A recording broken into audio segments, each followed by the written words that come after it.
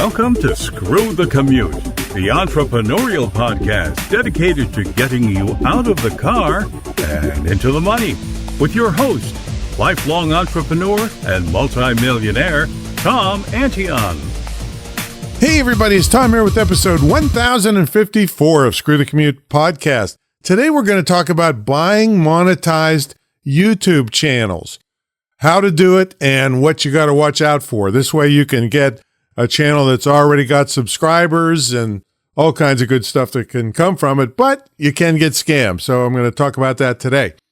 I hope you didn't miss episode 1053. That was thumbnail cycling or recycling on YouTube to help get your views up. And I forgot to mention about episode 1052.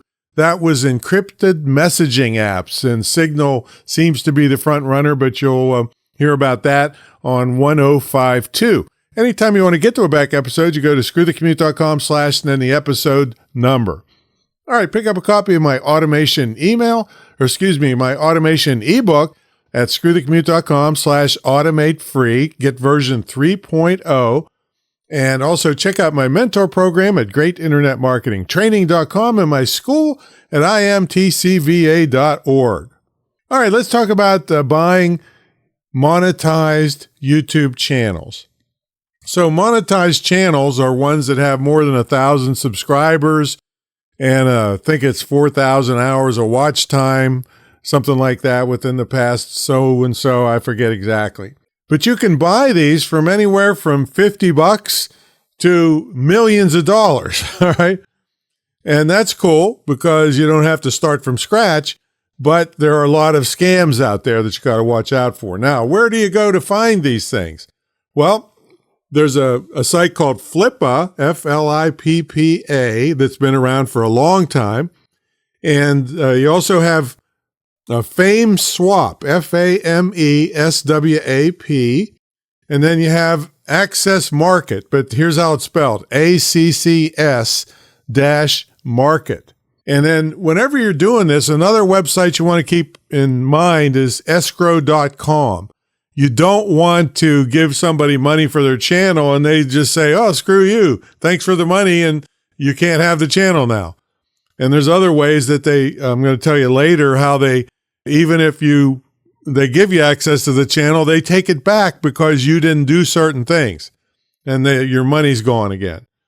And another thing about escrow websites, first of all, escrow means they hold the money and they don't release the money to the seller until you agree that what they sold you was good. You do it with cars and stuff all the time, things like that.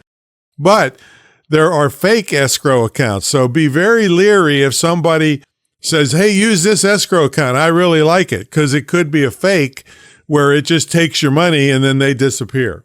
But escrow.com is very reputable. Billions of dollars have transferred through it. Okay, so what do you have to watch for if you look at some of these sites and you say, hey, there's a YouTube channel I think that would be perfect for me? Well, what you want to do is get a hold of the owner. I'll give you a bunch of questions to ask them. But you also go to socialblade.com and look up the site, and it'll show you all kinds of statistics about the site. And what you want to look for is steady growth, not a big spike in growth, because it could have been they just bought a bunch of fake stuff off of Fiverr or somewhere, and it's a fake site. Or they just use bots to jack up their subscriber base. It's fake, in other words. And make sure that they're not losing subscriptions tremendously over time. Now, losing some over time is normal, and especially if they're just sick of running the site and haven't been updating it, then they might lose subscribers. But you want to really, really thoroughly check out that it's a legit site. You know, to make sure the videos that are on it now are real. You may not keep the videos that are on it, but make sure that everything is not fake. Make sure it's at least a year old. You get people making sites and then trying to sell them to you where it was just all fake. And they got by the 1,000 subscribers and the watch time was all fake, and then they sell it to you. Now, see what niche or niche, if you live on the good side of the tracks, right? See what niche they're in. However, I've seen people buy a site that's totally out of their niche, throw away all the videos. In fact, one of the guys, all the videos were in Spanish. And he threw away all the videos, changed the niche of the site, and a lot of the subscribers didn't notice. And he built it up and ended up making like $130,000 over several years with a $300 site that he bought. See, so but I mean, I'm not sure that's the norm, okay? But it is a legit way. I used to teach this on buying eBay stuff, buying websites off of eBay, as long as they're not canceled or banned and things like that. So ask a lot of questions. Ask for screenshots of the statistics of the site. Ask them if they're the original owner. Suggest that, hey, we're going to use an escrow, this famous escrow site. If they balk at that, that means they're shady, and maybe they don't know any better, but it kind of means that they don't want to be scrutinized. They want to get the money, and then who knows if you're ever going to get it. And when you do buy them, try to use PayPal or a credit card to give you an extra level of security. So here's the thing. When you do buy it, you're going to access the site and you're going to request ownership change from YouTube. That can take a little while, maybe a week. And then you want to go into the site and manage the permissions and delete all other permissions that site might be connected to, because this is how they could just take it back from you before, after they got the money. Turn on, I know it's a pain, two-factor authentication. Make sure if any kind of changes are made, you get notice of it and can nix them if some shady seller is messing with you.